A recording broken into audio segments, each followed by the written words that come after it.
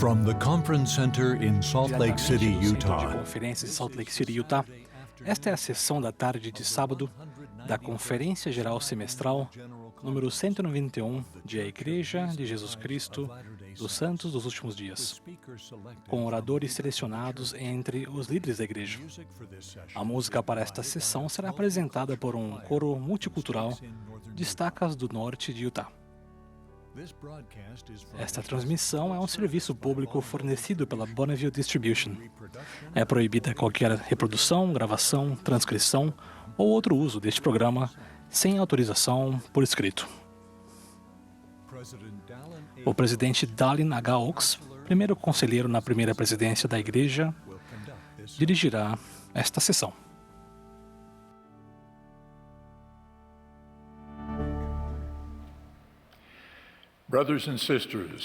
Irmãos e irmãs, sejam bem-vindos à sessão da tarde de sábado da Conferência Geral Semestral número 191 de A Igreja de Jesus Cristo dos Santos dos Últimos Dias.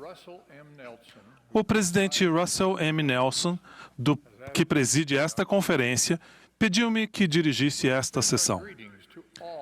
Estendemos nossa saudação a todos os presentes e aos que nos assistem pela televisão, pelo rádio ou pela internet.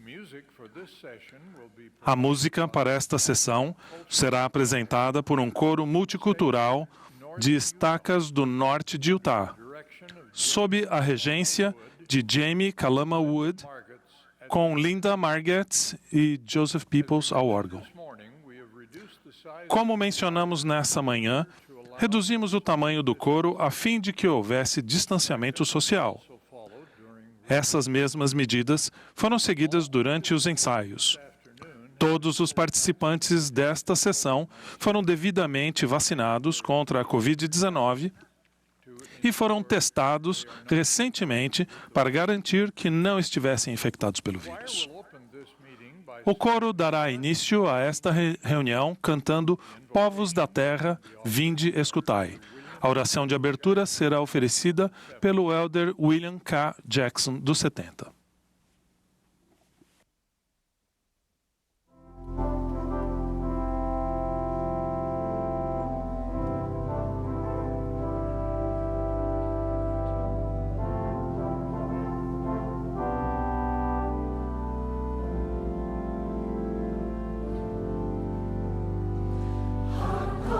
Nations,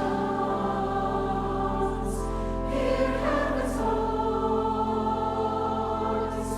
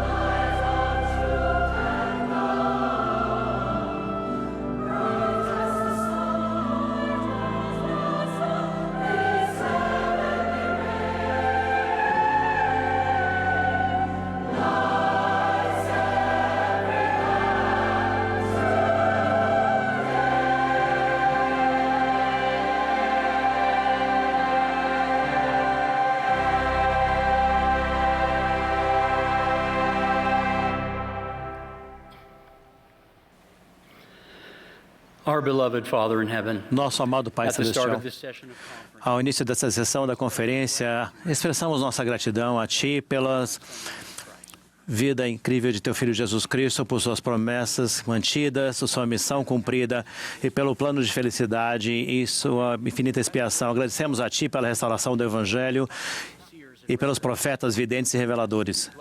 E pedimos-te que os abençoe abundantemente. Pai, pedimos-te que esteja com eles, que estão membros da igreja, os que não são membros, para que sejam abençoados hoje. Esteja com nossos missionários, na força missionária de todos os mundos, para que sejam abençoados, protegidos e guiados. E que todos sejam inspirados a ajudá-los no trabalho de coligação. Pai, pedimos-te que nos abençoes com Teu Santo Espírito esta tarde, para que sejamos ensinados do alto, para que recebamos respostas para nossas perguntas inspiradas e sejamos edificados juntos para que possamos saber as coisas que precisamos fazer. Pai Celestial, nós louvamos-te e mostramos-te nossa gratidão no nome do Teu Filho Jesus Cristo. Amém.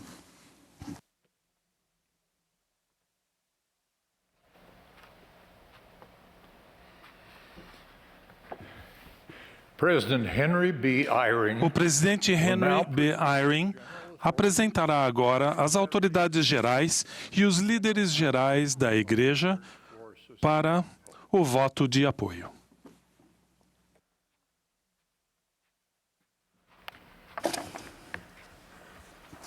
Brothers and sisters, Irmãos e irmãs, conforme anunciado, apresento-lhes agora as autoridades gerais, os 70 de área e os líderes gerais da Igreja para voto de apoio.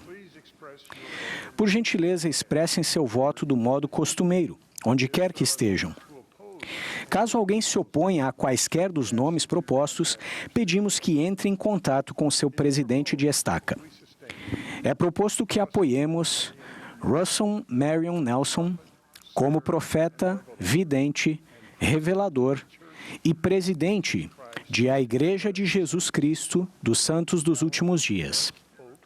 Dallin Harris Oaks como primeiro conselheiro na primeira presidência e Henry Benyon Eyring como segundo conselheiro na primeira presidência. Os que forem a favor, manifestem-se. Se alguém se opuser, manifeste-se.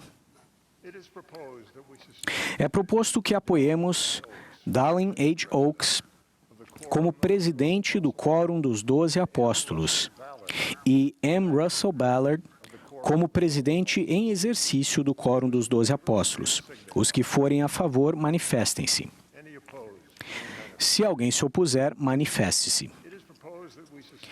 É proposto que apoiemos como membros do Quórum dos 12 Apóstolos M. Russell Ballard, Jeffrey R. Holland, Dieter F. Uchtdorf, David A. Bednar, Quentin L. Cook, D. Todd Christofferson, Neil L. Anderson, Ronald A. Rasband, Gary E. Stevenson, Dale G. Renland, Garrett W. Gong e Ulisses Soares. Os que forem a favor, manifestem-se. Se alguém se opuser, manifeste-se. É proposto que apoiemos os conselheiros na primeira presidência e o quórum dos 12 apóstolos como profetas, videntes e reveladores. Os que forem a favor, manifestem-se. Se alguém se opuser, manifeste pelo mesmo sinal. Desobrigamos os elders J. Devin Cornish, Timothy J. Dykes, David F. Evans, Robert C. Gay, James B. Martino e Terence M. Vinson como 70 autoridades gerais. E os designamos autoridades gerais eméritas. Os que desejam expressar gratidão a esses irmãos e a seus familiares por seu serviço dedicado, manifestem-se levantando a mão.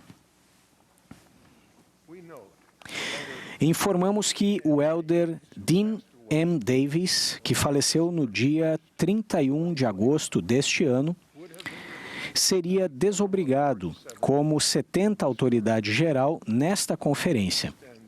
Expressamos à irmã Davis e à sua família nossas profundas condolências e nossa sincera gratidão pelo serviço incansável do elder Davis.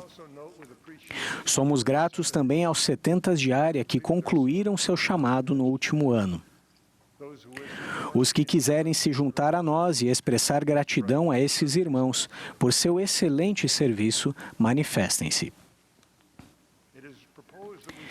É proposto que apoiemos as demais autoridades gerais, os 70 de área, inclusive os novos 70 de área, anunciados anteriormente nesta semana no site newsroom.churchofjesuschrist.org, e os líderes gerais, como constituídos atualmente. Os que forem a favor, manifestem-se.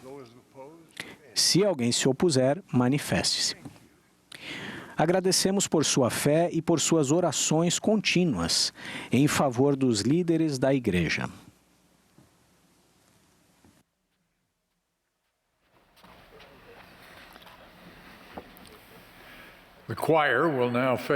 O coro agora entoará Consider the Lilies, olhai para os lírios do campo. Após o hino, teremos o prazer de ouvir o elder David A. Bednar, do Quórum dos 12 Apóstolos.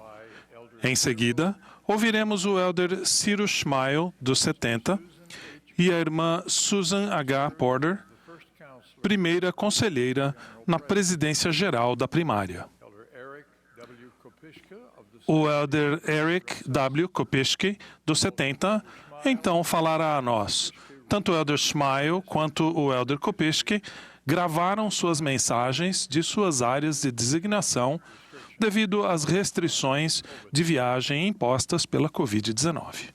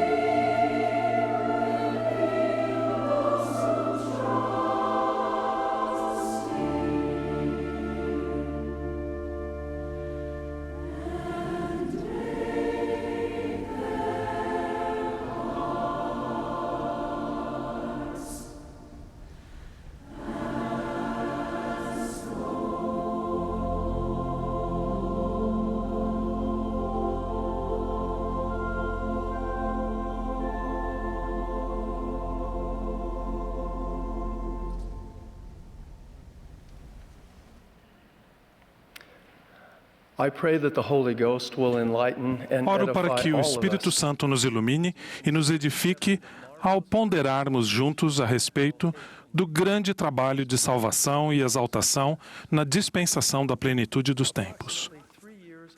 Aproximadamente 3 anos após a primeira visão, na noite de 21 de setembro de 1823, o jovem Joseph Smith estava orando para receber a remissão de seus pecados e para saber a respeito de sua situação perante Deus.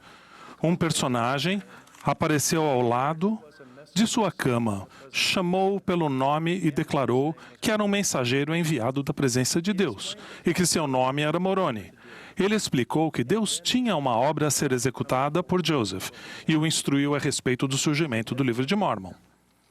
Notavelmente, o Livro de Mórmon foi um dos primeiros tópicos mencionados na mensagem de Moroni. O Livro de Mórmon é outro testamento de Jesus Cristo e a grande ferramenta de conversão nos últimos dias. Nosso propósito ao compartilharmos o Evangelho é convidar todas as pessoas a se achegar a Jesus Cristo e a receber as bênçãos do Evangelho restaurado e a perseverar até o fim por meio da fé no Salvador. Os objetivos principais da pregação do Evangelho são ajudar as pessoas a vivenciar uma vigorosa mudança de coração e ajudá-las a se comprometer com o Senhor por meio de convênios e ordenanças sagradas. A apresentação do Livro de Mórmon a Joseph Smith, por intermédio de Moroni, deu início ao trabalho de salvação e exaltação das pessoas deste lado do véu, na dispensação da plenitude dos tempos. Em seguida, continuando a sua instrução a Joseph, Moroni citou o livro de Malaquias no Velho Testamento, com uma pequena variação nas palavras usadas na versão do rei Jaime. Eis que eu vos revelarei o sacerdócio pela mão de Elias, o profeta, antes que venha o grande e terrível dia do Senhor. E ele plantará no coração dos filhos as promessas feitas aos pais, e o coração dos filhos voltar-se-á para seus pais. Se assim não fosse, toda a terra seria totalmente devastada na sua vinda. Nosso propósito ao construirmos templos é proporcionar lugares santos onde os convênios e as ordenanças sagrados necessários para a salvação e a exaltação da família humana possam ser administrados tanto para os vivos quanto para os mortos. As instruções de Moroni a Joseph Smith a respeito do papel fundamental de Elias o profeta e da autoridade do sacerdócio ampliaram o trabalho de salvação e a exaltação deste lado do véu e deram início à nossa dispensação, ao trabalho em favor dos mortos do outro lado do véu. Em resumo, os ensinamentos de Moroni sobre o Livro de Mórmon em setembro de 1823 e a missão de Elias o profeta estabeleceram o fundamento doutrinário para o trabalho de salvação e exaltação em ambos os lados do véu. As lições que Joseph Smith aprendeu com Moroni influenciaram todos os aspectos de seu ministério. Por exemplo, em uma assembleia solene realizada no templo de Kirtland, em 6 de abril de 1837, o profeta declarou: depois de tudo o que foi dito, o maior e mais importante dever é pregar o Evangelho. Quase precisamente 7 anos depois, em 7 de abril de 1844, Joseph Smith proferiu um sermão conhecido hoje como o Discurso King Follett. Ele declarou naquele discurso: a maior responsabilidade que Deus colocou sobre nós é a de buscar nossos mortos. Mas como pregar o Evangelho e buscar nossos mortos podem ser o maior dever e a maior responsabilidade que Deus colocou sobre nós? Creio que o profeta Joseph Smith estava enfatizando em ambas as declarações a verdade fundamental de que os convênios realizados por intermédio de ordenanças do sacerdócio autorizadas podem nos ligar ao Senhor Jesus Cristo e são os princípios essenciais do trabalho de salvação e exaltação em ambos os lados do véu. O trabalho missionário, o trabalho de templo e a história da família são aspectos complementares e interrelacionados de uma grande obra que se concentra em convênios e ordenanças sagrados, que nos permitem receber o poder de Deus em nossa vida e, por fim, retornar à presença do Pai Celestial. Portanto, as duas declarações do profeta, que inicialmente podem parecer contraditórias, na realidade, destacam o ponto central dessa grande obra dos últimos dias. O Salvador disse: "Tomai sobre vós o meu jugo e aprendei de mim, que sou manso e humilde de coração, e encontrareis descanso para a vossa alma. Porque meu jugo é suave e meu fardo é leve." Queridos irmãos, tomamos sobre nós o jugo do Salvador à medida que aprendemos a respeito dos convênios e ordenanças sagrados e os recebemos dignamente e os honramos. Estamos ligados de modo seguro ao Salvador à medida que fielmente nos lembramos de viver de acordo com as obrigações que aceitamos. E essa ligação com Ele é a fonte de força espiritual em todos os momentos de nossa vida. Convido-os a ponderar sobre as bênçãos prometidas aos discípulos de Jesus Cristo, que guardam convênios. Por exemplo, Nefe viu a Igreja do Cordeiro de Deus nos últimos dias, e seu número era pequeno. Os santos de Deus e ela estavam também sobre toda a face da terra e seu domínio era pequeno. Ele também viu o poder do Cordeiro de Deus, que descia sobre os santos da Igreja do Cordeiro e sobre o povo do convênio do Senhor. E estavam armados com retidão e com o poder de Deus em grande glória. A frase, armados com retidão e com o poder de Deus em grande glória, não se refere simplesmente a uma boa ideia ou um exemplo da bela linguagem usada nas Escrituras. Em vez disso, essas bênçãos tornam-se prontamente evidentes na vida de incontáveis discípulos do Senhor nos últimos dias. Minhas designações como membro do Quórum dos 12 me levam a todos os lugares do mundo. E tenho sido abençoado por conhecer muitos de vocês.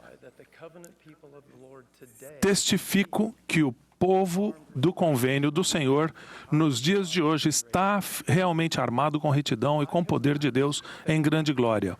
Tenho testemunhado fé, coragem, perspectiva, persistência e alegria que vão muito além da capacidade mortal e que só Deus poderia proporcionar. Testemunhei a retidão e o poder de Deus em grande glória, recebidos por meio da fidelidade às ordenanças e convênios na vida de um jovem membro da igreja, que ficou parcialmente paralisado em um trágico acidente automobilístico. Depois de meses exaustivos de recuperação e adaptação a um novo estilo de vida com mobilidade restrita, teve a oportunidade de conhecer esse rapaz, determinado de conversar com ele. Durante nossa conversa, perguntei o que essa experiência o ajudou a compreender, a aprender.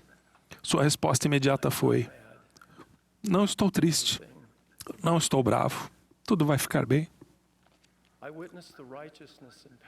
Testemunhei a retidão e o poder de Deus em grande glória, recebidos por meio da fidelidade aos convênios e ordenanças na vida de membros da igreja, recém-batizados e confirmados.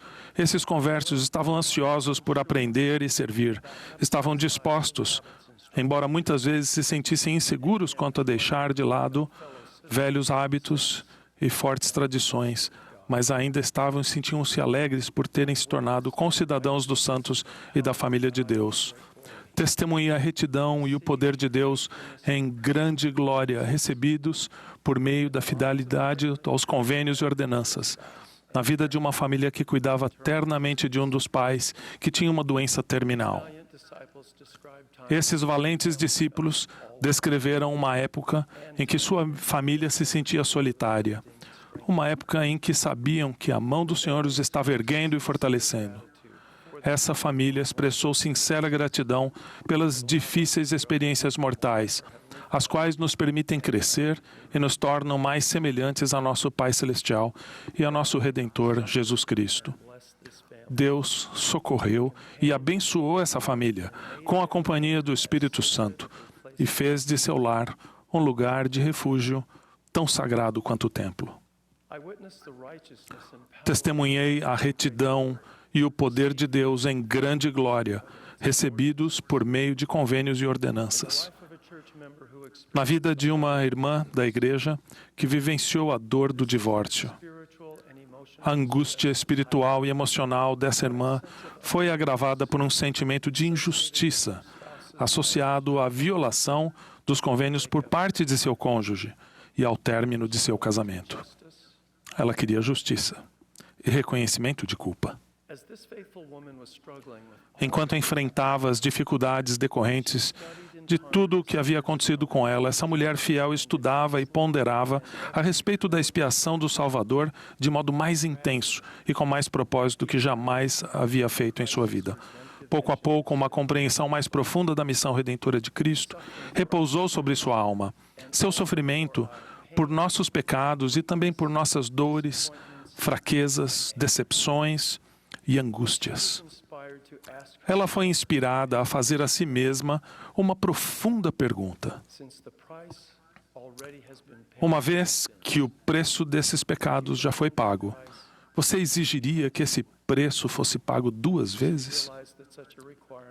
Ela percebeu que tal exigência não envolveria justiça nem misericórdia. Ela aprendeu que estar ligada ao Salvador por meio de convênios e ordenanças pode curar as feridas causadas pelo exercício injusto do arbítrio moral de outra pessoa e permitiu que ela encontrasse a capacidade de perdoar, de receber paz, misericórdia e amor. As promessas e as bênçãos dos convênios somente são possíveis por causa de nosso Salvador, Jesus Cristo. Ele nos convida a buscá-lo, a nos achegarmos a Ele, a aprendermos com Ele e a estarmos ligados a Ele por meio dos convênios e ordenanças de seu Evangelho restaurado. Testifico e prometo-lhes que honrar os convênios nos arma com a retidão e com o poder de Deus em grande glória. E testifico que o Senhor Jesus Cristo vivo é nosso Salvador. Destas verdades presto testemunho com alegria no sagrado nome de Jesus Cristo. Amém.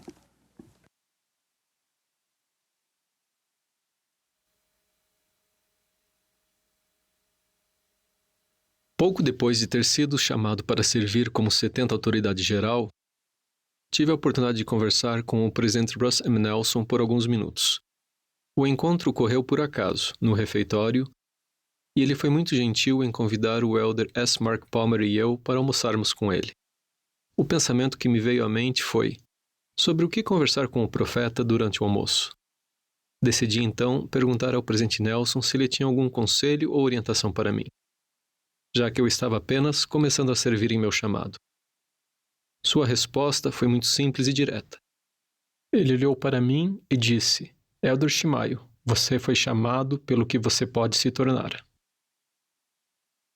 Essa experiência me fez refletir sobre quem o Senhor quer que eu me torne. Ao pensar sobre isso, percebi que Ele quer que eu me torne um melhor marido, pai, filho e um melhor servo.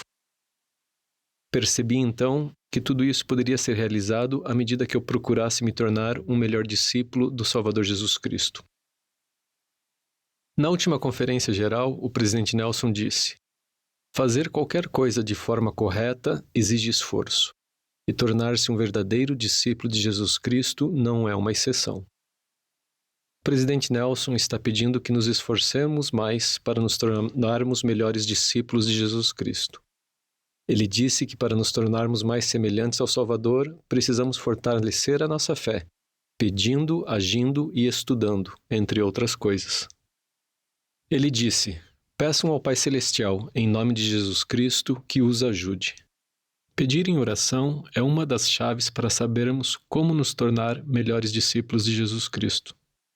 No final de seu ministério entre os nefitas nas Américas, Jesus Cristo subiu aos céus. Posteriormente, seus discípulos se reuniram, unidos em fervorosa oração e jejum. E Jesus novamente apareceu a eles, porque oravam ao Pai em seu nome. Por que Jesus Cristo apareceu novamente a seus discípulos? Porque eles estavam orando, eles estavam pedindo. E ele continuou dizendo: E agora vou para o Pai. E em verdade vos digo que qualquer coisa que pedirdes ao Pai em meu nome, ser-vos-á dada. Portanto, pedi e recebereis. Batei e ser-vos-á aberto. Porque aquele que pede, recebe. E ao que bate, ser-lhe aberto. Precisamos pedir com fé para conhecer a vontade do Senhor e aceitar que o Senhor sabe o que é melhor para nós.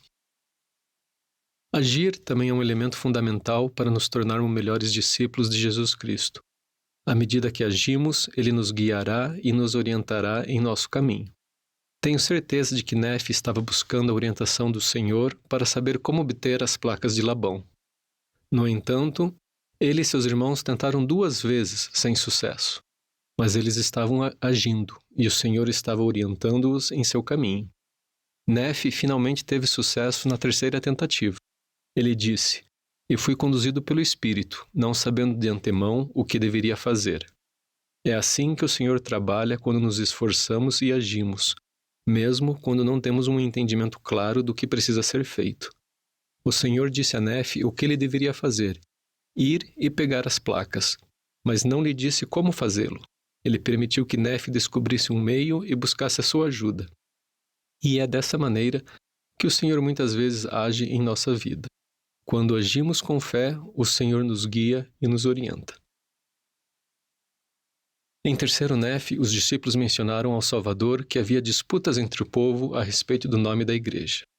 Em resposta, o Salvador ensinou um importante princípio quando perguntou: Não leram as Escrituras? Estudar é outro elemento fundamental para nos tornarmos melhores discípulos de Jesus Cristo. A oração e o estudo das Escrituras andam de mãos dadas e atuam em conjunto para o nosso proveito. Esse foi o processo que o Senhor estabeleceu. Banqueteai-vos com as palavras de Cristo, pois eis que as palavras de Cristo vos dirão todas as coisas que devereis fazer. O Senhor também ensinou que devemos não somente estudar as Escrituras, mas também utilizá-las para ensinar, assim como ele demonstrou aos nefitas. E então aconteceu que, depois de haver explicado em todas as Escrituras que haviam registrado, Jesus ordenou-lhes que ensinassem as coisas que ele havia explicado. Esta é uma das razões pelas quais foi tão importante que Nefe voltasse para pegar as placas de latão. Sua família precisava das Escrituras, não apenas para ajudá-los durante a viagem à Terra Prometida, mas também para ajudá-los a ensinar seus filhos. Nós também devemos buscar a orientação nas Escrituras para a nossa própria jornada e usá-las para ensinar, tanto em nossa casa como em nossos chamados na igreja. Muitas vezes, as respostas às nossas orações não virão de imediato. Precisamos ter fé para seguir em frente, agir em retidão e ser persistentes como Nefe, quando ele estava tentando obter as placas de latão. O Senhor nos mostrará um pouco de cada vez. Ao estudarmos as Escrituras, o Senhor nos dará as respostas ou a força necessária para perseverarmos mais um dia, mais uma semana e tentarmos mais uma vez. O elder Richard D. Scott disse: Seja grato quando às vezes Deus deixa que você se debata por um longo tempo antes que a resposta chegue. Isso faz com que sua fé aumente e seu caráter seja fortalecido. Por meio da fé e do estudo das Escrituras, o Senhor sempre me deu forças para agir e perseverar por mais um dia, mais uma semana e tentar mais uma vez. Muitas vezes as respostas às minhas orações não vieram de imediato. Ainda tenho perguntas que não foram respondidas, mas continuo pedindo e estudando. E fico feliz por continuar a receber forças do Senhor para saber como agir enquanto espero por essas respostas. O elder Richard Scott também falou: depois que caminhar até o limite de sua compreensão para dentro da penumbra da incerteza, exercendo fé, você será conduzido de modo a encontrar soluções que não obteria de outra forma. Tornar-se um melhor discípulo do Salvador Jesus Cristo é uma tarefa para a vida toda, E todos nos encontramos em estágios diferentes, prosseguindo em ritmos diferentes. Devemos ter em mente que isto não é uma competição e que estamos aqui para amar e ajudar uns aos outros. Precisamos agir para permitir que o Senhor trabalhe conosco em nossa vida. O Senhor disse o seguinte a Sidney Rigdon: Tenho olhado para ti e tuas obras. Ouvi tuas orações e preparei-te para uma obra maior. Testifico que o Senhor ouve nossas orações e responde a elas, que Ele nos conhece e tem uma grande obra para cada um de nós. Ao orarmos, estudarmos as Escrituras e agirmos, podemos ter acesso às bênçãos do céu e nos tornarmos melhores discípulos do Salvador Jesus Cristo. O presidente Dallin H. Oaks ensinou que o julgamento final não é apenas um balanço total de atos bons e ruins, ou seja, do que fizemos. É a constatação do efeito final de nossos atos e pensamentos, ou seja, do que nos tornamos. Sou grato pelos profetas videntes e reveladores. Eles são atalaias na torre. Eles veem coisas que nós não vemos. Testifico que por meio de suas palavras podemos nos tornar melhores discípulos do Salvador Jesus Cristo e alcançar o nosso potencial. Jesus Cristo vive e conhece cada um de nós individualmente. Esta é a sua igreja. Em nome de Jesus Cristo. Amém.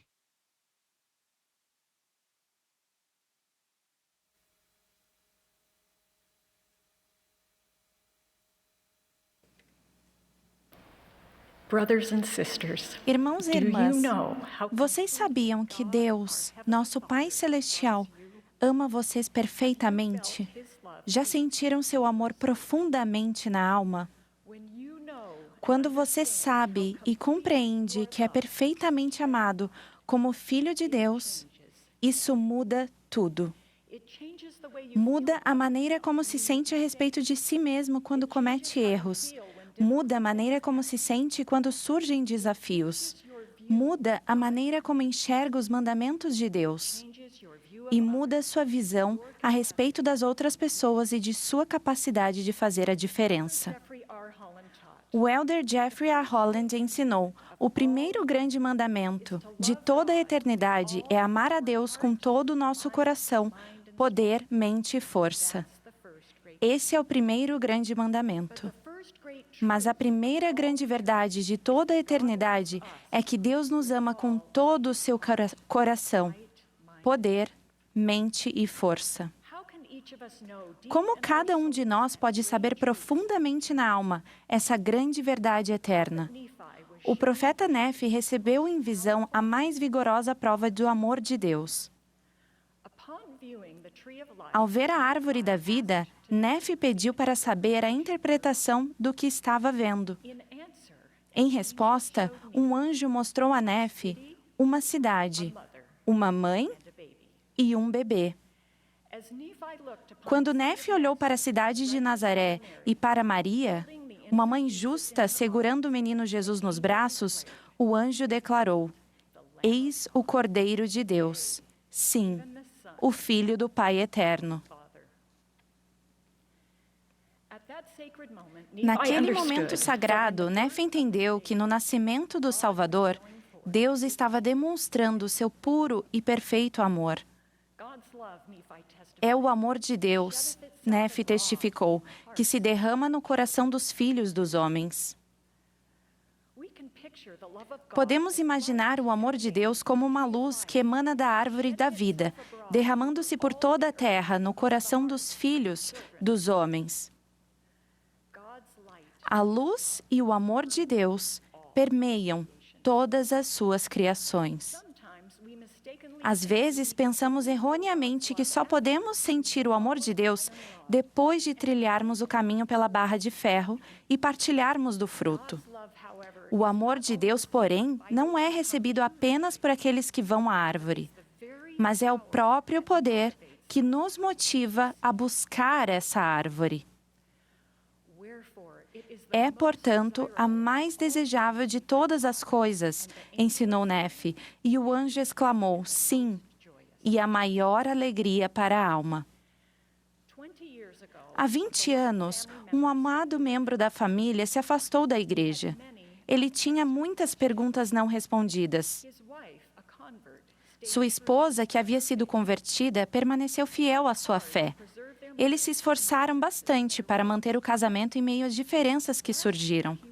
No ano passado, ele escreveu 3 perguntas relacionadas à igreja, sobre assuntos difíceis que ele não aceitava, e as enviou a 2 casais que tinham sido seus amigos por vários anos. Ele pediu que refletissem sobre aquelas perguntas e os convidou para um jantar, a fim de trocar algumas ideias. Depois da visita dos amigos, ele foi até seu quarto e começou a trabalhar em um projeto. A conversa daquela noite e o amor que os amigos demonstraram por ele vieram à sua mente. Posteriormente, ele escreveu que foi compelido a interromper o trabalho. Ele disse: "Uma luz brilhante encheu minha alma.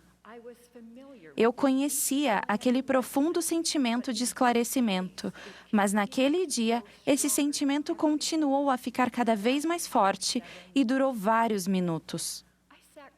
Fiquei sentado em silêncio com aquele sentimento que depois entendi ter sido a manifestação do amor de Deus por mim. Tive uma impressão espiritual de que poderia voltar à igreja e expressar esse amor de Deus nas coisas que fizesse lá." Ele então pensou em suas próprias perguntas. O sentimento que recebeu foi de que Deus valorizava suas dúvidas, e não ter respostas claras não deveria impedi-lo de seguir em frente. Ele poderia compartilhar o amor de Deus com todos, enquanto ainda buscava respostas. À medida que tomava decisões com base naquela impressão, ele sentiu uma certa afinidade com Joseph Smith, que escreveu após sua primeira visão: "Minha alma encheu-se de amor e por muitos dias pude regozijar-me com grande júbilo." E por incrível que pareça, poucos meses depois, ele recebeu o mesmo chamado que havia recebido 20 anos antes. Na primeira vez, ele desempenhou suas responsabilidades naquele chamado como um fiel membro da igreja. Agora, a pergunta que passou a fazer não era: "Como posso cumprir esse chamado?", mas: "Como posso mostrar o amor de Deus por meio de meu serviço?" Com essa nova perspectiva, ele sentiu alegria, significado e propósito em todos os aspectos de seu chamado. Irmãs e irmãos, como podemos receber o poder transformador do amor de Deus? O profeta Mormon nos convida dizendo: "Rogai ao Pai, com toda a energia de vosso coração, que sejais cheios desse amor, que Ele concedeu a todos os que são verdadeiros seguidores de seu Filho, Jesus Cristo." Mormon não está apenas nos convidando a orar para que estejamos repletos do amor de Deus pelas pessoas, mas a orar para que saibamos do puro amor de Deus por nós mesmos. À medida que recebemos o amor dele, encontramos mais alegria para nos esforçarmos para amar e servir tal como ele fez, ao nos tornarmos verdadeiros seguidores de seu Filho, Jesus Cristo. O amor de Deus não é encontrado nas circunstâncias de nossa vida, mas em sua presença em nossa vida. Sabemos de seu amor quando recebemos forças além de nossa própria força e quando seu Espírito traz paz, consolo e orientação. Às vezes, pode ser difícil sentir seu amor. Podemos orar para que nossos olhos sejam abertos, para vermos sua mão em nossa vida e para vermos seu amor na beleza de suas criações. Ao ponderarmos a respeito da vida e do sacrifício infinito do Salvador, começaremos a entender seu amor por nós. Cantamos reverentemente as palavras de Eliza R. Snow: "Seu sangue pelos homens deu, e assim nos libertou."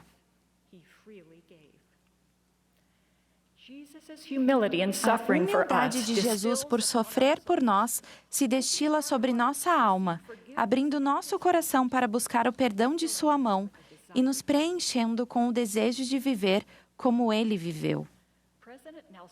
O presidente Nelson escreveu: "Quanto mais estivermos comprometidos em moldar nossa vida de acordo com seu exemplo, mais puro e divino será o nosso amor.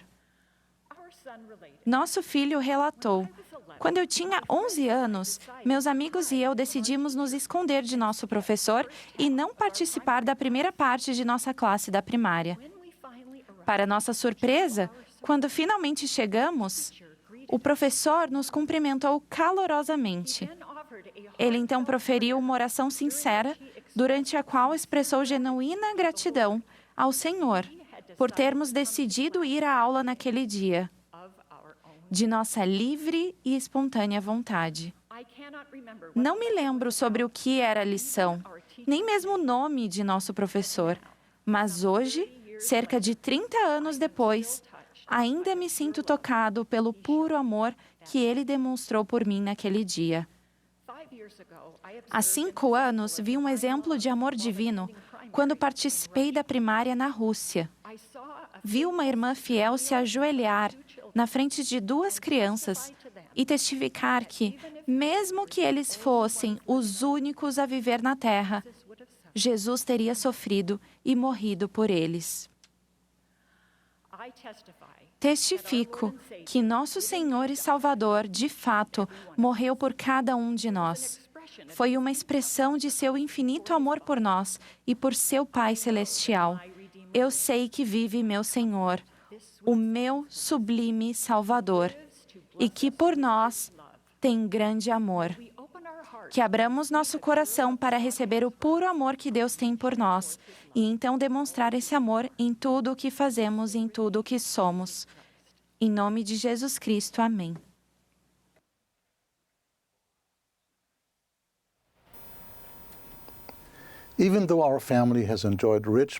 Embora nossa família tenha desfrutado de ricas bênçãos enquanto trilha alegremente no caminho do convênio, também temos nos deparado com altas montanhas a serem escaladas. Gostaria de compartilhar algumas experiências muito pessoais relacionadas à doença emocional, o que inclui a depressão clínica, a ansiedade severa, o transtorno bipolar, o TDAH e até mesmo a combinação de todas elas. Compartilho essas delicadas experiências com a aprovação das pessoas envolvidas. Durante meu ministério, deparei-me com centenas de pessoas e famílias em situações semelhantes. Às vezes me pergunto se a doença desoladora que cobrirá a Terra, conforme lemos as Escrituras, pode também abranger as doenças emocionais. Isso acontece no mundo todo, abrange todos os continentes e culturas e afeta todos os tipos de pessoas, jovens, velhos, ricos e pobres. Os membros da igreja não são uma exceção. Ao mesmo tempo, nossa doutrina nos ensina a nos esforçar para nos tornarmos como o Senhor Jesus Cristo, nos aperfeiçoarmos nele. As crianças cantam: "Eu quero ser como Cristo". Desejamos ser perfeitos assim como nosso Pai Celestial e Jesus Cristo são perfeitos. Uma vez que a doença emocional pode interferir em nossa percepção de perfeição, ela costuma ser vista como um tabu. Como resultado, há muita incompreensão, muito sofrimento em silêncio e muito desespero. Muitas pessoas, sentindo-se sobrecarregadas por não alcançarem certos padrões, acreditam erroneamente que elas não têm lugar na igreja. Para combater tamanho engano, é importante lembrar que o Salvador ama cada um dos seus filhos, os filhos do Pai Celestial.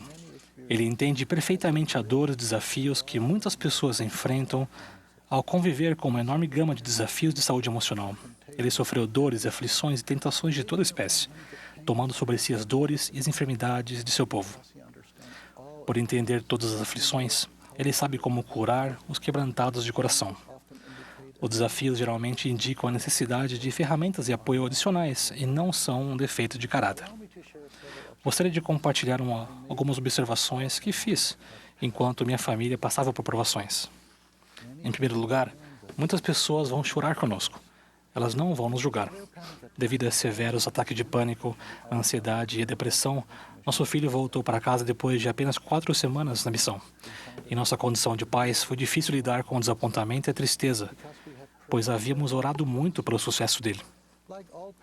Como todos os pais, queremos que nossos filhos prosperem e sejam felizes. A missão deveria ser um marco importante para nosso filho.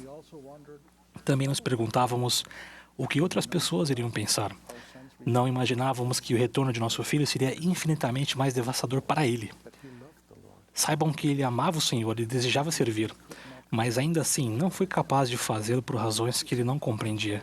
Em pouco tempo, ele passou a sentir total desespero e lutar contra uma culpa profunda. Ele não se sentia mais aceito, sentia-se espiritualmente insensível. Passou a ser consumido por constantes pensamentos suicidas. Enquanto se encontrava nesse estado irracional, nosso filho acreditava que a única saída era tirar a própria vida. Foi necessário o auxílio do Espírito Santo e de uma legião de anjos em ambos lados do véu para salvá-lo. À medida que ele lutava pela vida durante essa época terrivelmente difícil, nossa família, os líderes da ala, os membros e os amigos fizeram de tudo para nos apoiar e ministrar a nós. Nunca senti tamanha manifestação de amor. Nunca senti tão profundamente, de modo tão pessoal, o que significa consolar aqueles que necessitam de consolo. Nossa família será sempre grata por essa demonstração de amor. Não consigo descrever os incontáveis milagres associados a esses acontecimentos. Felizmente, nosso filho sobreviveu, mas foi necessário muito tempo e muitos cuidados médicos, terapêuticos e espirituais para que ele fosse curado e aceitasse que é amado, valorizado e importante. Reconheço que nem sempre esse tipo de situação termina como a nossa. Sofro com aqueles que perderam entes queridos demasiadamente cedo e que agora se deparam com grande sofrimento e com perguntas sem respostas. Outra coisa que observei é que pode ser difícil para os pais identificar os problemas dos filhos, mas precisamos nos educar. Como podemos saber a diferença entre as dificuldades associadas a um desenvolvimento normal e os sinais de doença? Como pais, temos o dever sagrado de ajudar nossos filhos a passar pelos desafios da vida. Entretanto, poucos de nós são especialistas em saúde emocional. No entanto, precisamos cuidar de nossos filhos ajudando-os a aprender a contentar-se com seus esforços sinceros à medida que eles buscam alcançar expectativas apropriadas. Cada um de nós sabe, por nossas próprias falhas, que o crescimento espiritual é um processo contínuo. Agora entendemos que não existe fórmula mágica para atingirmos o bem-estar emocional e mental.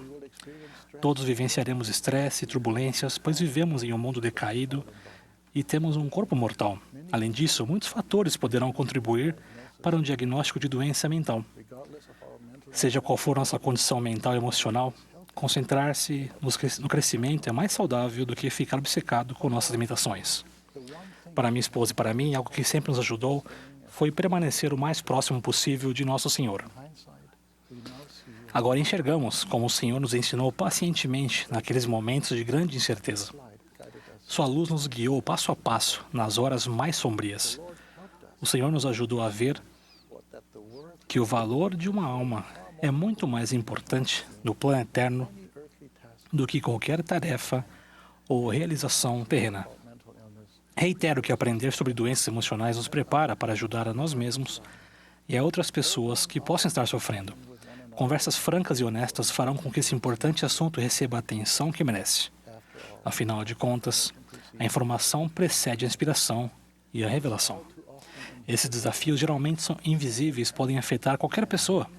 E quando somos nós que os enfrentamos, eles parecem impossíveis de ser superados. Uma das primeiras coisas que precisamos aprender é que certamente não estamos sozinhos. Convido-os a estudar o tópico Saúde Mental na seção Ajuda para a Vida, no aplicativo Biblioteca do Evangelho. O aprendizado resultará em mais entendimento, mais aceitação, mais compaixão e mais amor. Esse aprendizado pode atenuar a tragédia à medida que nos ajuda a desenvolver e administrar expectativas e interações saudáveis. Minha última observação: precisamos zelar constantemente uns pelos outros, amar uns aos outros e ser menos críticos, especialmente quando nossas expectativas não são imediatamente correspondidas. Devemos ajudar nossas crianças jovens a sentir o amor de Jesus Cristo em sua vida, mesmo quando eles estiverem em dificuldade de sentir amor por si mesmos. O Elder Orson F. Whitney, que serviu como membro do Quórum dos 12 Apóstolos, aconselhou os pais sobre como ajudar os filhos que estão passando por dificuldades. Orem por seus filhos, apeguem-se a eles com sua fé. Tenham ponderado com frequência sobre o que significa apegar-se a eles com fé. Creio que isso inclui atos simples de amor, mansidão, bondade e respeito. Significa permitir que eles se desenvolvam em seu próprio ritmo e prestar testemunho para ajudá-los a sentir o amor de nosso Salvador. Exige que pensemos mais neles e menos em nós mesmos ou em outras pessoas. Significa geralmente falar menos e ouvir mais. Muito mais. Devemos amá-los, fortalecê-los e elogiá-los com frequência em seu empenho de ser bem-sucedidos e ser fiéis a Deus. E, finalmente, devemos fazer tudo o que for possível para permanecermos próximos deles, assim como permanecemos próximos de Deus. Para todos aqueles que são afetados individualmente por doenças emocionais, apeguem-se a seus convênios, mesmo que não sejam capazes de sentir o amor de Deus neste momento. Façam tudo o que estiver ao seu alcance e depois aguardem para ver a salvação de Deus e a revelação de seu braço. Testifico que Jesus Cristo é o nosso Salvador. Ele nos conhece, nos ama e não desistirá de nós. Durante nossas provações familiares, percebi que Ele está muito próximo de nós. Suas promessas são verdadeiras. Se Deus é convosco, a quem temereis? Ele é vosso Deus, seu auxílio tereis. Se o mundo vos tenta, se o mal faz tremer, com mão poderosa vos há de suster. Sabendo quão firme é o nosso alicerce, que sempre declaremos alegremente a alma que em Cristo, confiante repousar, a seus inimigos não há de se entregar. Embora o inferno a queira destruir, Deus nunca, ou nunca, o há de permitir. Em nome de Jesus Cristo. Amém.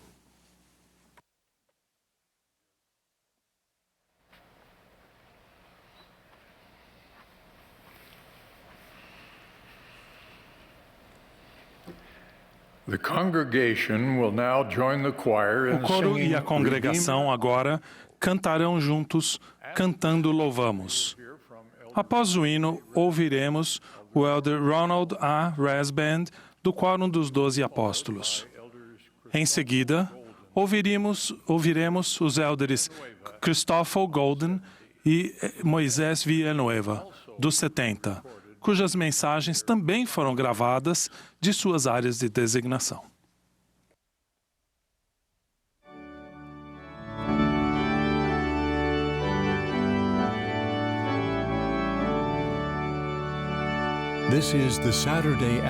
Esta é a sessão da tarde de sábado da Conferência Geral Semestral número 191 de A Igreja de Jesus Cristo dos Santos dos Últimos Dias.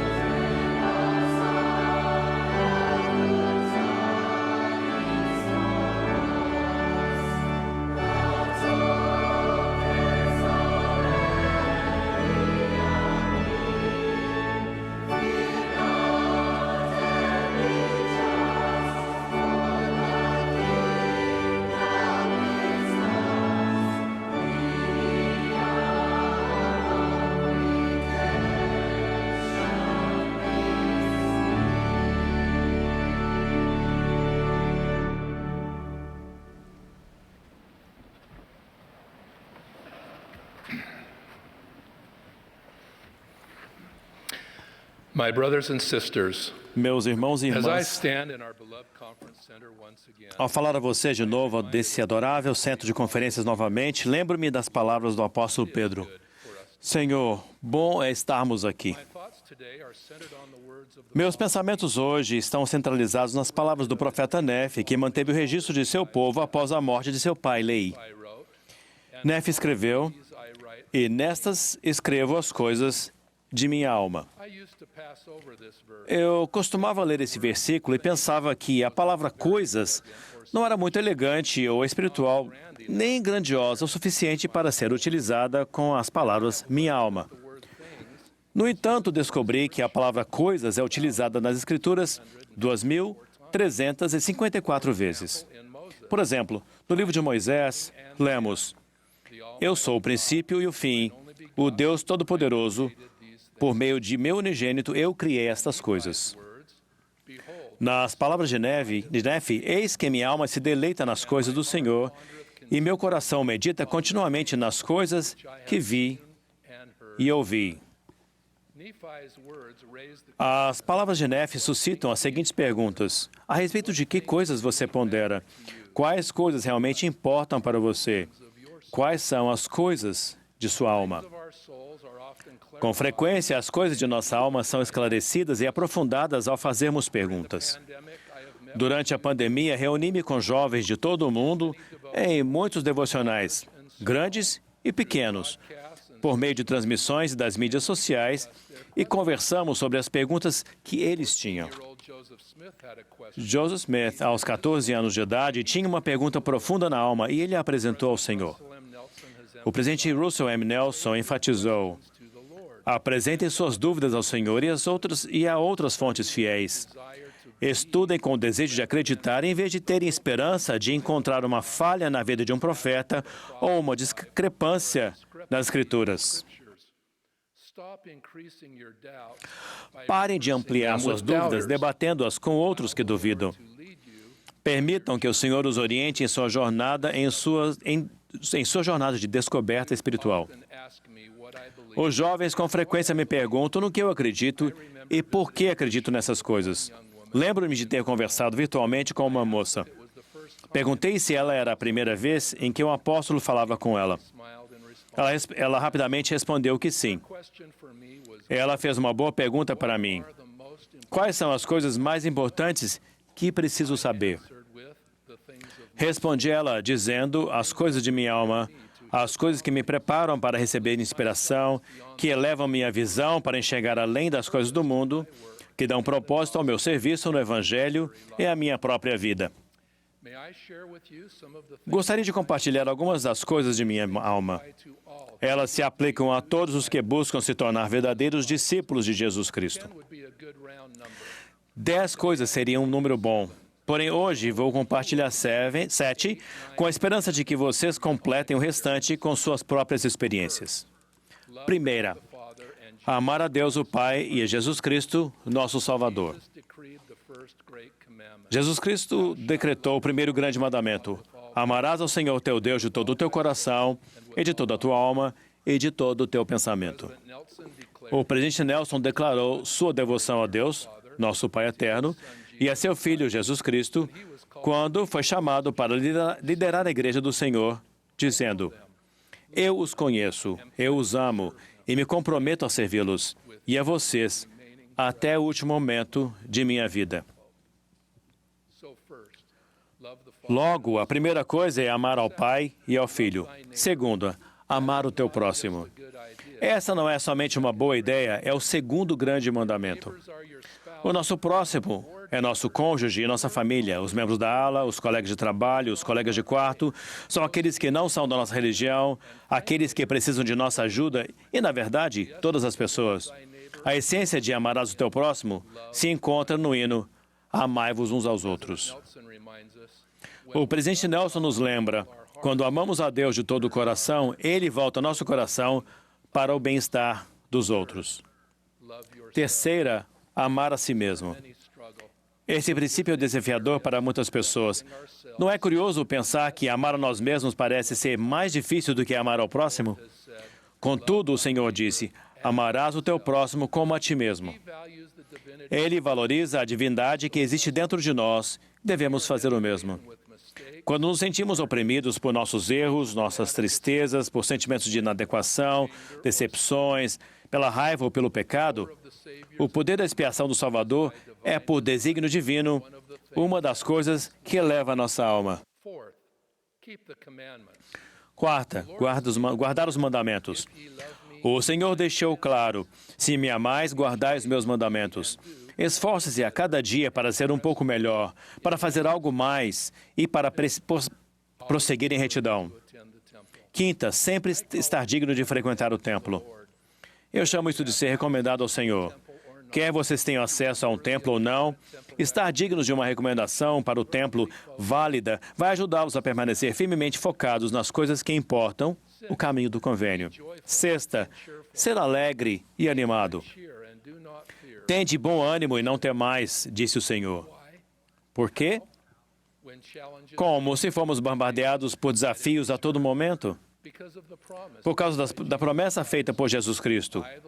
Eu, Senhor, estou convosco e ficarei ao vosso lado. O presidente Nelson descreve o Evangelho restaurado como uma mensagem de alegria. E ele explica: a alegria que sentimos tem pouco a ver com as circunstâncias de nossa vida e tem tudo a ver com o enfoque de nossa vida. Sétima, seguir o profeta vivo de Deus. Esse pode ser o sétimo item de minha lista de coisas, mas para mim é o item de maior relevância quanto à sua importância hoje em dia. Temos um profeta de Deus na terra hoje. Nunca subestimem a importância do que isso significa para vocês. Lembre-se da moça que mencionei no início. Ela queria saber quais eram as coisas que mais importavam. Eu disse a ela naquele dia: siga o profeta vivo, e hoje enfatizo esse conselho novamente. Somos uma igreja distinta porque somos liderados por profetas, videntes e reveladores chamados por Deus para esta época. Prometo que, à medida que ouvirem e seguirem seus conselhos, vocês jamais se desviarão do caminho. Jamais. Vivemos em uma época em que somos levados de um lado para o outro, em que a espiritualidade, a decência, a integridade e o respeito estão sob ataque. Temos escolhas a fazer. Ouvimos a voz do Senhor por meio do seu profeta para acalmar nossos temores e levar nossa visão, pois quando o presidente Nelson fala, ele fala em nome do Senhor. Somos abençoados com escrituras e ensinamentos que nos lembram dessas palavras, porque os meus pensamentos não são os vossos pensamentos, nem os vossos caminhos, os meus caminhos, diz o Senhor. Foi assim com Naamã, que apesar de ser um grande líder militar na Síria, tinha lepra. O profeta Eliseu disse a ele que poderia curá-lo. Ele enviou seu servo para informar a Naamã que ele deveria se lavar no Rio Jordão 7 vezes para ser curado. Naamã desprezou o conselho. Certamente havia rios mais imponentes do que o Rio Jordão. E por que enviar um servo quando ele tinha a expectativa de que Eliseu, o profeta, o curasse pessoalmente? Naamã se negou a fazê-lo, mas por fim foi persuadido pelos servos. Se o profeta te disser alguma coisa grande, porventura não o farás? Ele, enfim, lavou-se 7 vezes no Rio Jordão e foi curado. O relato de Naamã nos lembra dos riscos de se escolher seletivamente as partes dos conselhos proféticos que condizem com nossa maneira de pensar, nossas expectativas ou os padrões da atualidade. Nosso profeta constantemente nos direciona ao nosso próprio Rio Jordão pessoal, a fim de que sejamos curados. As palavras mais importantes que podemos ouvir, ponderar a respeito e seguir são aquelas reveladas por meio de nosso profeta vivo. Testifico de que já me reuni em conselho com o presidente Nelson para falar a respeito de assuntos importantes da igreja e do mundo e vi revelação fluir por meio dele. Ele conhece o Senhor, conhece seus caminhos e deseja que todos os filhos de Deus ouçam o Senhor Jesus Cristo. Por muitos anos, temos ouvido as palavras do profeta 2 vezes por ano na Conferência Geral. Contudo, devido às questões complexas de nossos dias, o presidente Nelson tem falado com muito mais frequência em fóruns, mídias sociais, devocionais e até mesmo em coletivas da imprensa. Já tive a oportunidade de vê-lo preparar e apresentar mensagens profundas por meio de revelação que incentivaram as pessoas a expressar mais gratidão, promoveram mais inclusão a todos os nossos irmãos e irmãs do mundo inteiro e mais paz, esperança, alegria, saúde e cura em nossa vida espiritual. O presidente Nelson tem o dom de se comunicar, mas, acima de tudo, ele é um profeta de Deus. É impressionante pensar sobre isso, mas é fundamental perceber que a clara direção do profeta vai nos proteger do engano, da astúcia e das coisas mundanas que estão ganhando força no mundo atual. Revelação é a essência do manto profético. A proclamação, a restauração da plenitude do Evangelho de Jesus Cristo, uma proclamação do bicentenário ao mundo, proferida na Conferência Geral de abril de 2020, enfatiza que o Senhor está conduzindo esta obra. Nessa proclamação, a primeira presidência e o quórum dos 12 apóstolos declaram: com alegria declaramos que a restauração prometida segue adiante por meio de revelação contínua. A terra jamais será a mesma à medida que Deus congregar em Cristo todas as coisas.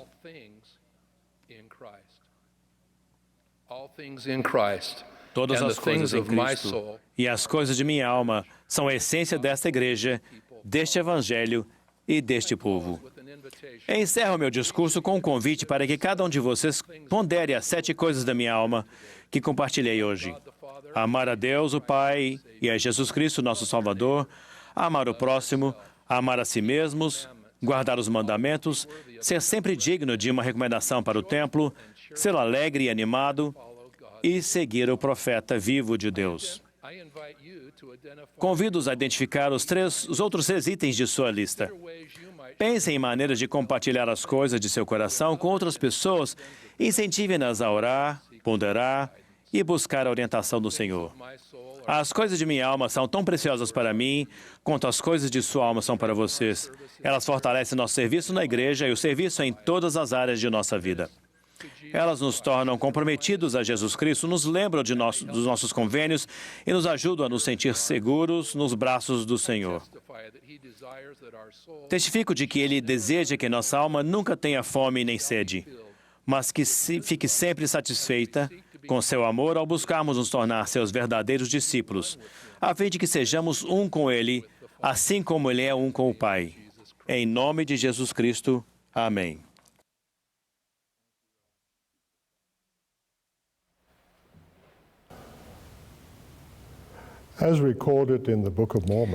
Conforme registrado no livro de Mórmon, 6 anos antes do nascimento de Jesus Cristo, Samuel, um lamanita justo, profetizou ao povo nefita, que na época, em sua maioria, tornara-se um povo apóstata, sobre os sinais que acompanhariam o nascimento do Salvador.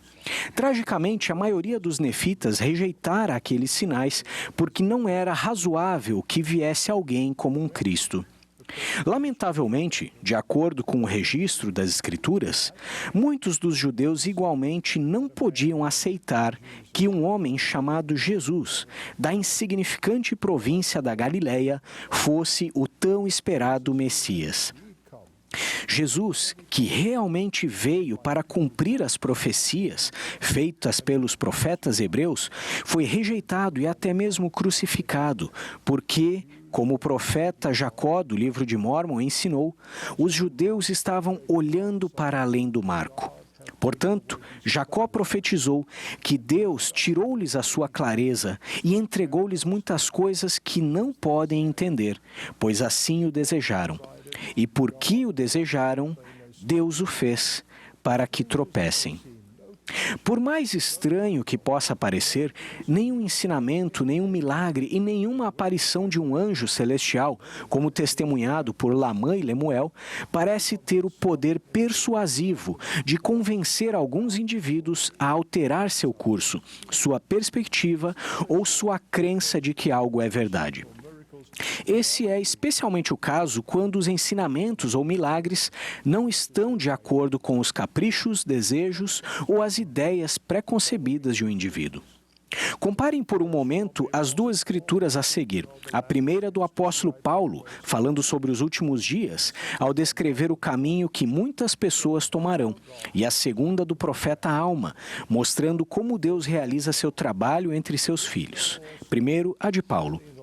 Sabe, porém, isto, que nos últimos dias sobrevirão tempos trabalhosos, porque haverá homens amantes de si mesmos, avarentos, presunçosos, soberbos, blasfemos, desobedientes a pais e mães, ingratos, profanos, sem afeto natural, irreconciliáveis, caluniadores, incontinentes, cruéis, sem amor para com os bons, traidores, atrevidos, orgulhosos, mais amantes dos deleites do que amantes de Deus, que sempre aprendem e nunca podem chegar ao conhecimento da verdade.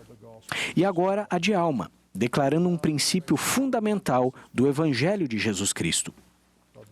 Ora, pode supor que isto seja tolice de minha parte, mas eis que te digo que é por meio de coisas pequenas e simples que as grandes são realizadas. E pequenos meios, muitas vezes, confundem os sábios. Vivemos em um mundo moderno, repleto de grande conhecimento e muita destreza. No entanto, essas coisas muitas vezes camuflam a base instável sobre a qual estão construídas. Consequentemente, elas não conduzem à verdade real e em direção a Deus e ao poder de receber revelação, adquirir conhecimento espiritual e desenvolver a fé em Jesus Cristo que leva à salvação. Somos profundamente lembrados das palavras de nosso Senhor a Tomé e aos outros apóstolos na véspera de seu sacrifício expiatório. Disse-lhe Jesus: Eu sou o caminho e a verdade e a vida. Ninguém vem ao Pai senão por mim. Para aqueles que têm olhos para ver, ouvidos para ouvir e coração para sentir, mais do que nunca devemos enfrentar a realidade de que estamos cada vez mais próximos da segunda vinda de Jesus Cristo. É verdade que grandes dificuldades ainda aguardam os que estarão na terra em seu retorno, mas a esse respeito os fiéis não precisam temer. Cito agora por um momento os tópicos do Evangelho da Igreja, sob o título Segunda Vinda de Jesus Cristo. Quando o Salvador retornar, ele virá com poder e glória para reivindicar a terra como seu reino. Sua segunda vinda marcará o início do milênio. A segunda vinda será uma época de medo e lamentação para os iníquos, mas um dia de paz e triunfo para os justos. O Senhor declarou: Pois aqueles que são prudentes e tiverem recebido a verdade e tomado o Santo Espírito por seu guia, e não tiverem sido enganados, em verdade vos digo que não serão cortados e lançados no fogo, mas suportarão o dia. E a terra ser-lhes-á dada por herança, e multiplicar-se-ão, e tornar-se-ão fortes, e seus filhos crescerão sem pecado para a salvação. Porque o Senhor estará em seu meio, e sua glória estará sobre eles, e ele será seu rei e seu legislador. Em nossa preparação para a segunda vinda de Jesus Cristo, apresento uma observação vital e reconfortante para os fiéis, tirada do profeta Amós, do Velho Testamento. Certamente, o Senhor Deus não fará coisa alguma sem ter revelado seu segredo aos seus servos, os profetas. Com esse espírito, o profeta atual do Senhor para o mundo, o presidente Russell M. Nelson, deu-nos este recente conselho inspirador. O Evangelho de Jesus Cristo é um evangelho de arrependimento. Graças à expiação do Salvador, seu Evangelho nos convida a continuar mudando, crescendo e nos tornando mais puros. Este é um evangelho de esperança, de cura e de progresso. Portanto, o evangelho é uma mensagem de alegria. Nosso espírito se regozija a cada pequeno passo que damos. Testifico sem nenhuma dúvida e confirmo a realidade de Deus e dos milagres na vida cotidiana de inúmeras pessoas de todas as classes sociais. É verdade que raramente se fala de experiências sagradas, em parte devido à sua origem divina e ao risco de serem ridicularizadas por pessoas que não as entendem. Sobre isso, o último profeta do livro de Mórmon, Moroni, lembra-nos.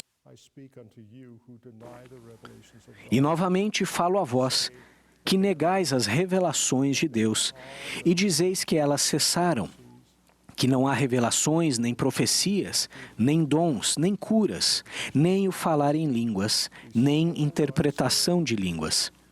Eis que eu vos digo, que aquele que nega estas coisas não conhece o Evangelho de Cristo. Sim, não leu as Escrituras, e se o fez, não as compreende.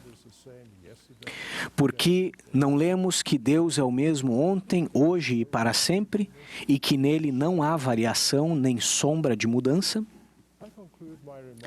Concluo minha mensagem com uma declaração profética, verdadeiramente inspiradora, do profeta Joseph Smith, feita perto do final de seu ministério, enquanto aguardava a segunda vinda de Jesus Cristo.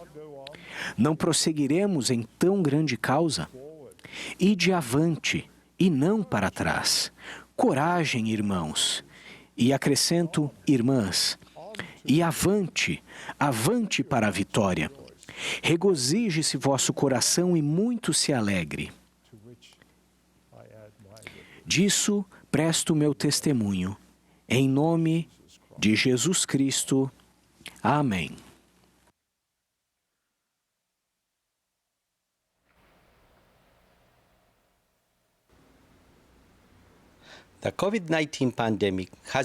A pandemia da Covid-19 é um dos muitos desafios e provações que os filhos de Deus têm enfrentado ao longo da história do mundo.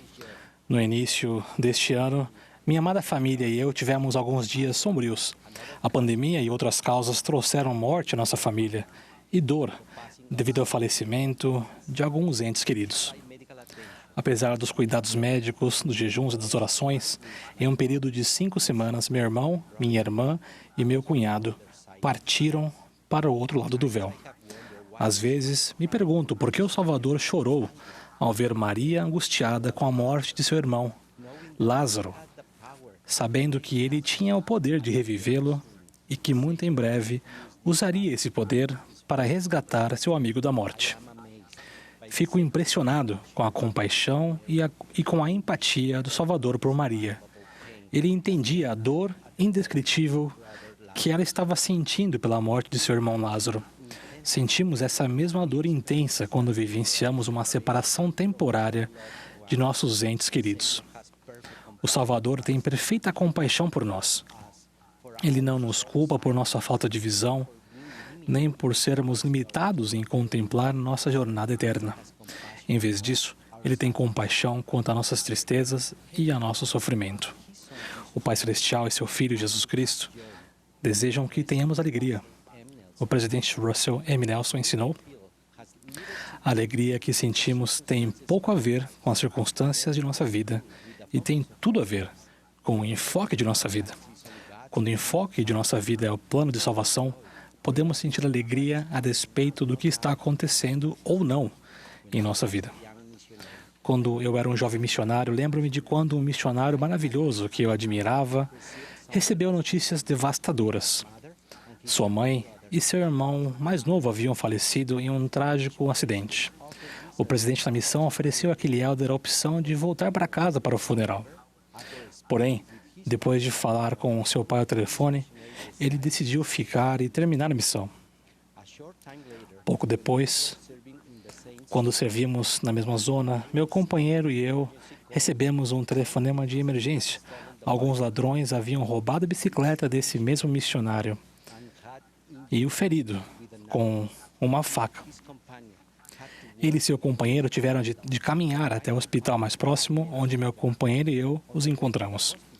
No caminho para o hospital, senti-me triste por esse missionário. Imaginei que seu ânimo estaria abalado e que, com certeza, depois dessa experiência traumática, ele agora desejaria voltar para casa. No entanto, quando chegamos ao hospital, vi o missionário deitado na cama, esperando para ser operado. E ele estava sorrindo. Eu pensei, como ele pode estar sorrindo em um momento como este? Enquanto se recuperava no hospital, ele distribuiu com entusiasmo panfletos e exemplares do Livro de Mórmon aos médicos, enfermeiros e a outros pacientes. Mesmo com aquelas provações, ele não queria voltar para casa. Em vez disso, ele serviu até o último dia de sua missão, com fé, energia, força e entusiasmo. No início do Livro de Mórmon, Nefe declara: tendo passado muitas aflições no decurso de meus dias, fui, não obstante, altamente favorecido pelo Senhor em todos os meus dias. Penso nas muitas provações que Nefe vivenciou, muitas das quais estão incluídas em seus escritos. As provações dele nos ajudam a entender que todos temos nossos dias sombrios. Uma dessas provações ocorreu quando Nefe recebeu a ordem de retornar a Jerusalém para obter as placas de latão que estavam em posse de Labão. Alguns dos irmãos de Nefe eram homens de pouca fé e até o açoitaram com uma vara. Nefe passou por outra provação quando quebrou seu arco e não conseguiu obter alimento para sua família. Posteriormente, quando recebeu a ordem de construir um navio, seus irmãos zombaram dele e se recusaram a ajudá-lo. Apesar dessas e de muitas outras provações no decorrer de seus dias, Nefe sempre reconheceu a bondade de Deus. Enquanto sua família atravessava o oceano a caminho da Terra Prometida, alguns membros de sua família começaram a ficar alegres e a falar com vulgaridade, esquecendo-se de que foi o poder do Senhor que os havia preservado. Quando Nefe os repreendeu, eles ficaram ofendidos e amarraram-no com cordas, de modo que ele não conseguia se mover. O Livro de Mórmon declara que seus irmãos trataram-no rudemente. Seus pulsos e tornozelos estavam muito inchados e doloridos. Nefe afligiu-se com a dureza do coração de seus irmãos e, às vezes, sentia-se dominado pela tristeza. Não obstante, ele declarou: voltei-me para Deus e louvei-o todo dia, e não murmurei contra o Senhor por causa de minhas aflições. Meus queridos irmãos e irmãs, como reagimos às nossas aflições? Murmuramos contra o Senhor por causa delas? Ou, assim como Nefe e meu amigo da missão, sentimos-nos gratos em palavras, pensamentos e ações por estarmos mais concentrados nas bênçãos do que em nossos problemas? Nosso Salvador Jesus Cristo nos deu exemplo durante seu ministério terreno. Em momentos de dificuldade e de provação, poucas coisas nos trazem mais paz e satisfação do que servir ao nosso próximo. O livro de Mateus relata o que aconteceu quando o Salvador ficou sabendo que seu primo, João Batista, havia sido decapitado pelo rei Herodes, que o matou para agradar a filha de Herodias. E chegaram os seus discípulos e levaram o corpo e o sepultaram, e foram anunciá-lo a Jesus. E Jesus, ouvindo isso, retirou-se dali num barco, para um lugar deserto, apartado, e, sabendo o povo, seguiu a pé desde as cidades. E Jesus, saindo, viu uma grande multidão, e foi movido de íntima compaixão para com ela, e curou os seus enfermos.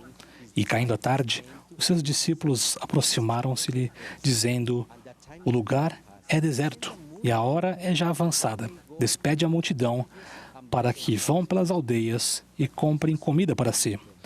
Jesus, porém, lhes disse: não é necessário que vão, dai-lhes vós de comer. Jesus Cristo mostrou que em tempos de provação e de adversidade, podemos reconhecer as dificuldades das outras pessoas.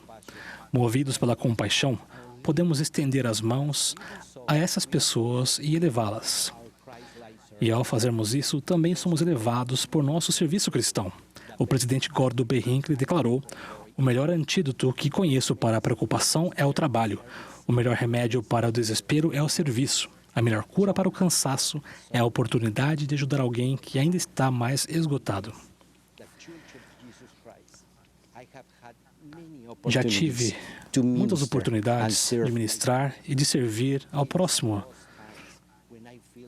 São nesses momentos que sinto que o Pai Celestial alivia meus fardos. O presidente Russell M. Nelson é o profeta de Deus na Terra.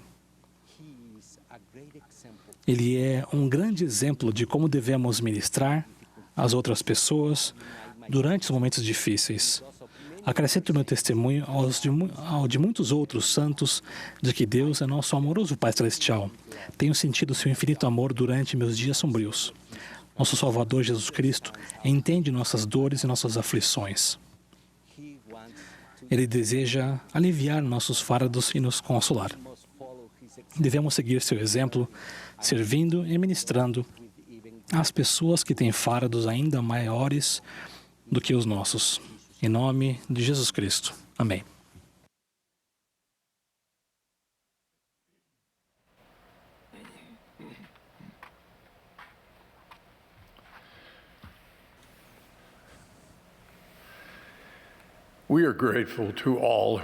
Somos gratos a todos os que falaram a nós nesta tarde e pela bela música apresentada pelo coro. Lembramos a todos que a sessão geral da noite de sábado terá início às 21 horas, horário de Brasília, no Centro de Conferências. O último orador desta sessão será o elder Gary E. Stevenson, do Quórum dos 12 Apóstolos. Após suas palavras, o coro encerrará esta reunião cantando "Este é o Cristo". A oração de encerramento será então proferida pela irmã Rebecca L. Craven, segunda conselheira na Presidência Geral das Moças.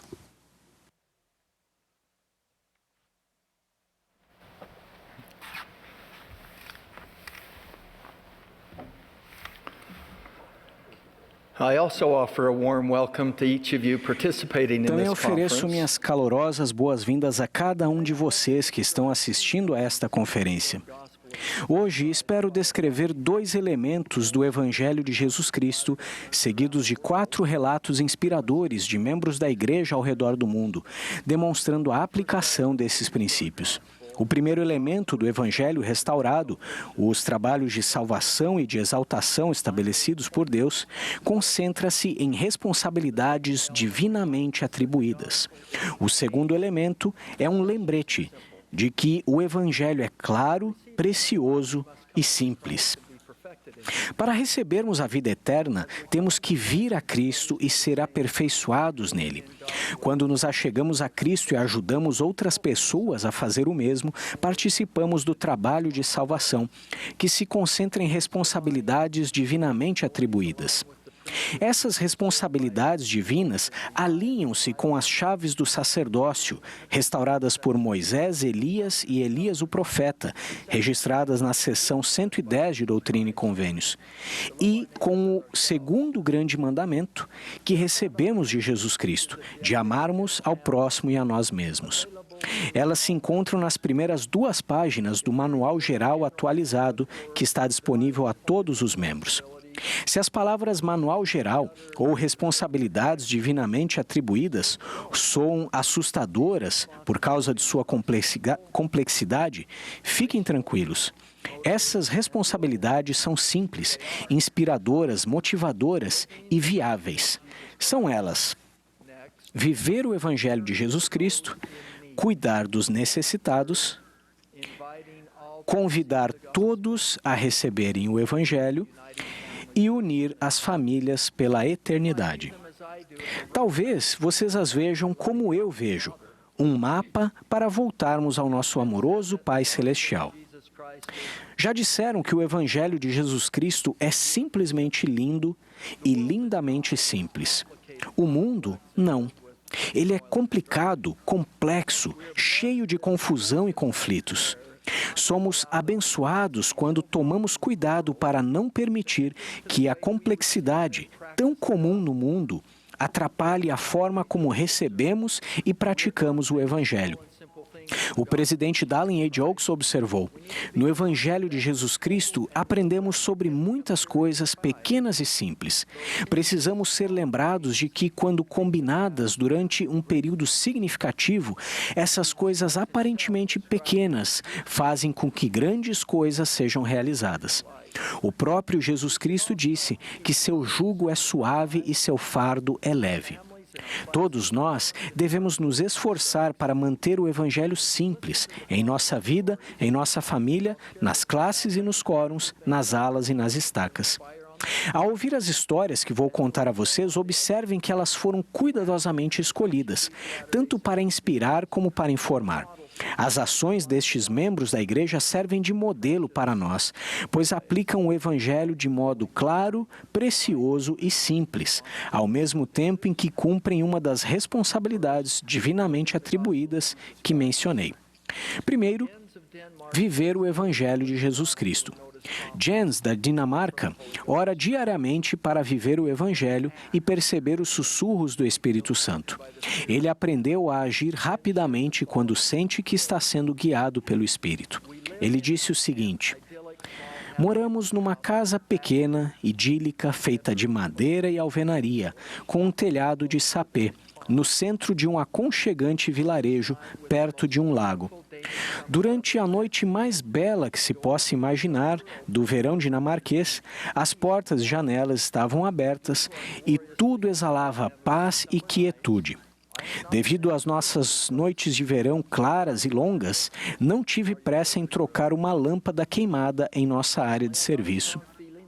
De repente, senti que devia fazê-lo imediatamente. Ao mesmo tempo, ouvi minha esposa, Marianne, chamar as crianças e eu para lavarmos as mãos, porque o jantar estava pronto. Eu já estava casado há tempo suficiente para saber que aquela não era a hora de começar a fazer nada, exceto lavar as mãos. Mas acabei dizendo a Marianne que daria uma corridinha até uma loja para comprar uma lâmpada. Tive uma forte inspiração de que deveria sair imediatamente.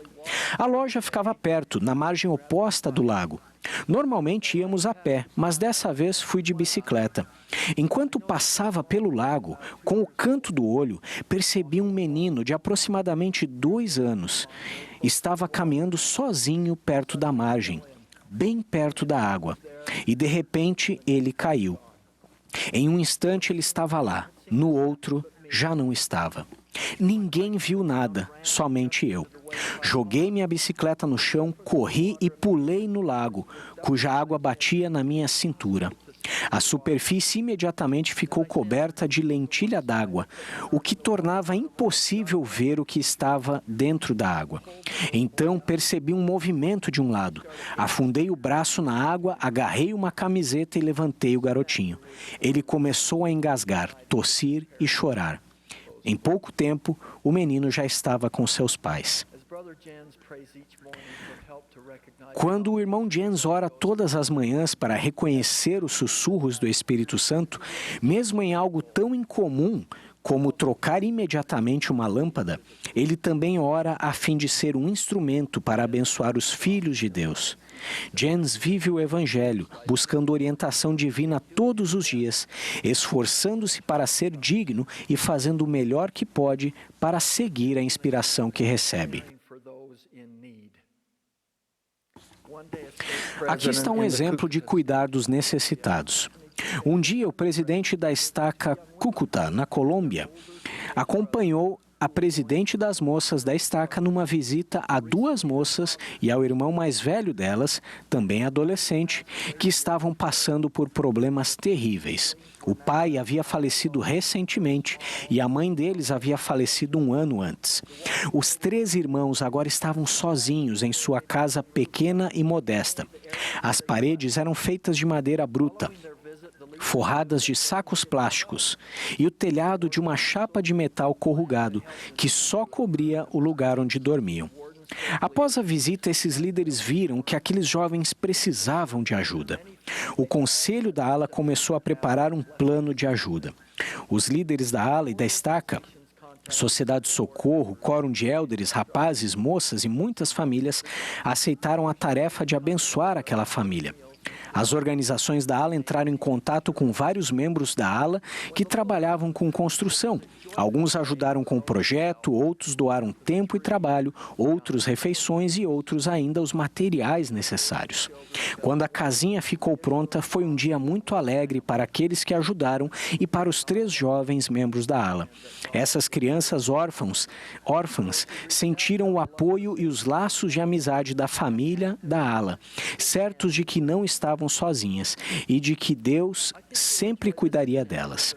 Os que ajudaram sentiram o amor do Salvador por essa família e agiram como se fossem as mãos dele para servi-las. Acho que vocês vão gostar deste exemplo de convidar todos a receber o Evangelho.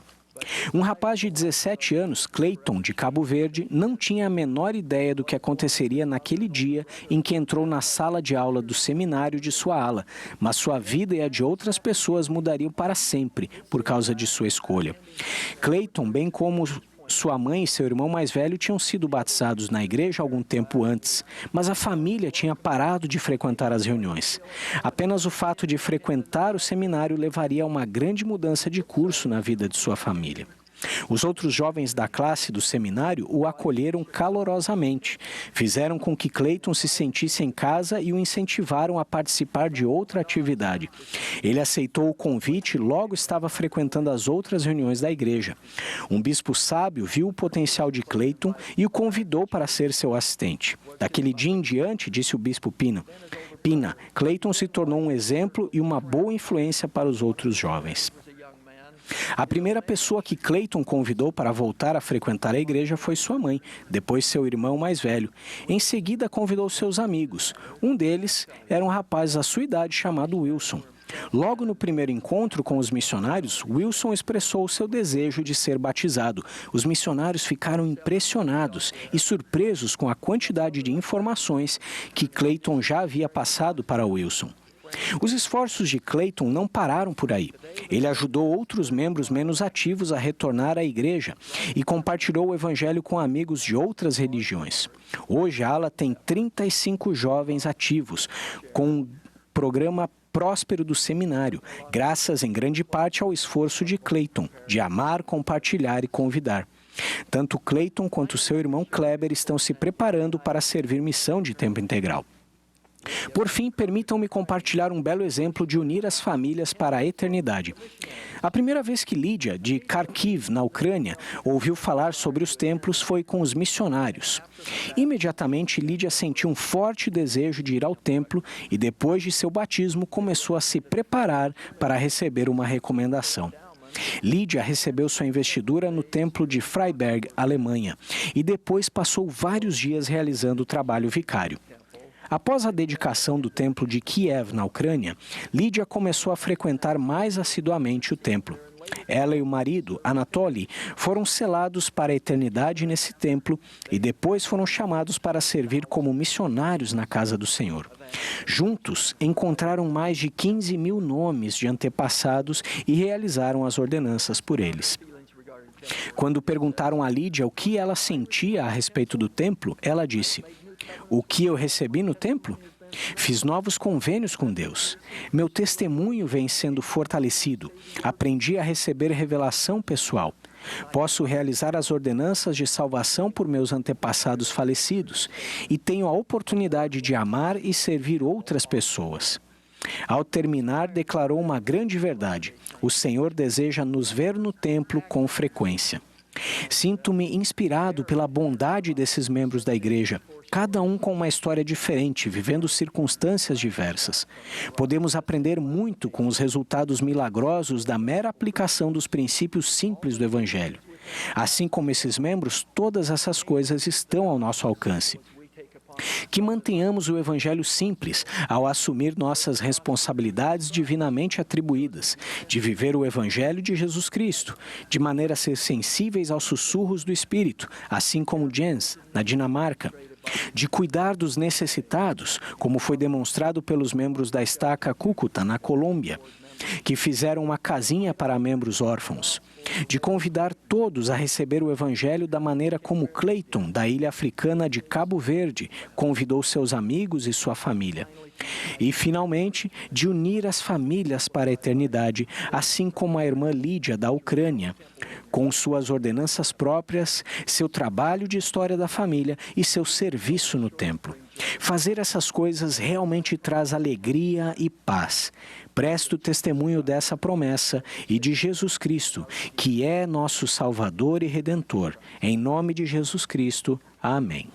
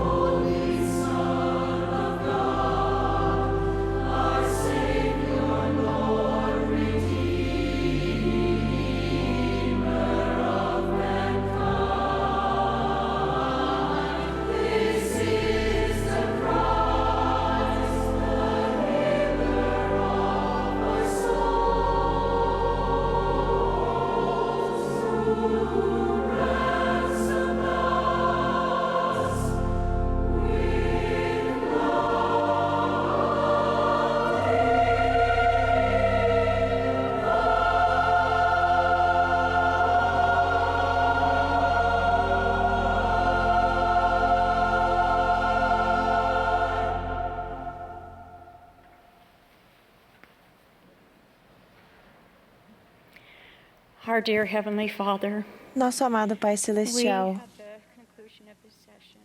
ao final desta sessão, nós agradecemos por todos os milagres que vivenciamos, por estarmos unidos em todo o mundo para testificar de Jesus Cristo. Pedimos a Tua ajuda para que vivemos os convênios de uma forma melhor que fizemos com Teu Filho. Sabemos que é por meio dele que podemos encontrar a verdadeira felicidade e esperança, e paz e cura. Pedimos que o Senhor nos ajude a nos lembrar dele e ter sempre o Espírito conosco. E pedimos que o Senhor nos ajude a deixar que a luz dele brilhe por meio de nós, ao ajudarmos o mundo a receber a volta de teu Filho e a coligar Israel. Em nome de Jesus Cristo, nosso Salvador. Amém.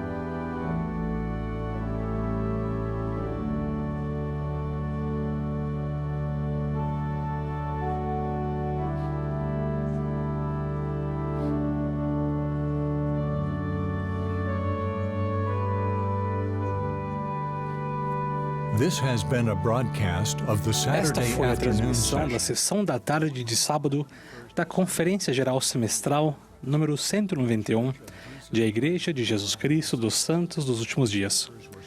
Os oradores foram selecionados entre os líderes da igreja e a música para esta sessão foi apresentada por um coro multicultural de Starkas do Norte de Utah. Essa transmissão foi fornecida como serviço público pela Bonneville Distribution. É proibida qualquer reprodução, gravação, transcrição ou outro uso deste programa sem autorização por escrito.